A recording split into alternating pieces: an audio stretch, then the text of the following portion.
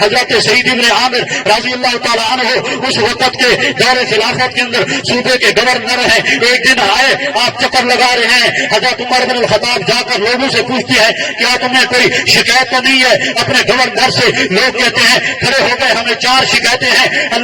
حضرت عمر بن الخطاب کہتے ہیں بتلاؤ کون سی 4 شکایتیں ہیں؟ آدمی کھڑا ہو گیا, کہنے لگا پہلی شکایت یہ ہے کہ یہ ہے تو گورنر لیکن روزانہ صبح کی نماز پڑھ کے فوراً گھر چلا جاتا ہے, پھر تھوڑی دیر کے بعد واپس آتا ہے. دوسری شکایت یہ ہے کہ پورے ہفتے کے اندر ایک دن ناغا کرتا ہے. تیسری شکایت یہ ہے کہ پورے ہفتے کے اندر ایسا بھی وقت آتا ہے کہ شام کے وقت یہ لوگوں کے مسائل نہیں سنتا, شام کے بعد یہ نظر نہیں آتا. چوتھی شکایت یہ ہے کبھی کبھار ہم دیکھتے ہیں اچانک بیٹھے بیٹھے رونا شروع کر دیتا ہے, نوبت یہاں تک پہنچ جاتی ہے کہ یہ بے ہوش ہو کے گر جاتا ہے. حضرت عمر بن الخطاب کہتے ہیں اے گورنر سعید کھڑا ہو جا.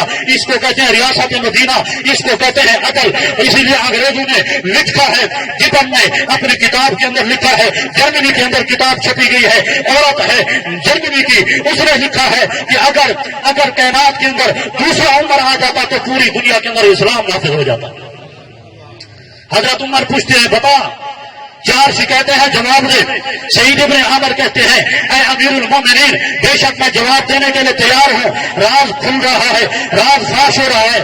اگر میرا راز نہ کھلتا میں کبھی نہ بتلاتا, لیکن بتلانا فرض ہے, لوگوں کو جواب دینا فرض ہے. ان کو بتلانے کا میں جواب دے ہوں. حضرت سعید ابن عامر کہتے ہیں جو انہوں نے پہلی شکایت کی کہ روزانہ یہ فجر کی نماز پڑھ کے گھر چلا جاتا ہے, میرے گھر کے اندر میری زوجہ میری ملکہ جو گھر کے اندر ہے کافی عرصہ ہو چکا ہے, بستر کے مرگے اوپر ہے, پڑی ہوئی ہے, بیمار ہے, چل نہیں سکتی, کھانا نہیں بنا سکتی, پانی نہیں پی سکتی, کھانا نہیں کھا سکتی. میں فجر کی نماز پڑھا کے فوراً جاتا ہوں, اپنے ہاتھوں سے کھانا تیار کر کے اس کو کھلاتا ہوں. یہ ہے گورنر, اس کو کہتے ہیں ریاست مدینہ.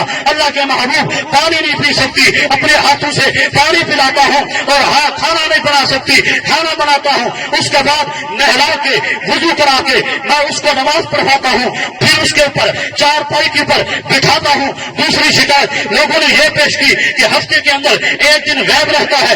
اس کا جواب یہ ہے میں نے 40 سال کے بعد کلمہ پڑھا ہے, 40 سالہ زندگی میری گناہوں کے اندر گزر گئی. میں جب سوچتا ہوں کہ میں نے 40 سال گناہوں کے اندر گزار دیے, میں رات کے بعد عشاء کے بعد پورا وقت اللہ کو دیتا ہوں, اللہ کی بارگاہ میں سجدے کرتا ہوں, عبادت کرتا ہوں, رو رو کے دعائیں مانگتا ہوں کہ میری 40 سال پورے کفر کے اندر گزر گئے, اللہ مجھے معاف فرما دے. تیسری شکایت یہ آدمی کر رہے ہیں کہ کبھی کبھار ہفتے کے اندر ایک دن نظر نہیں آتا.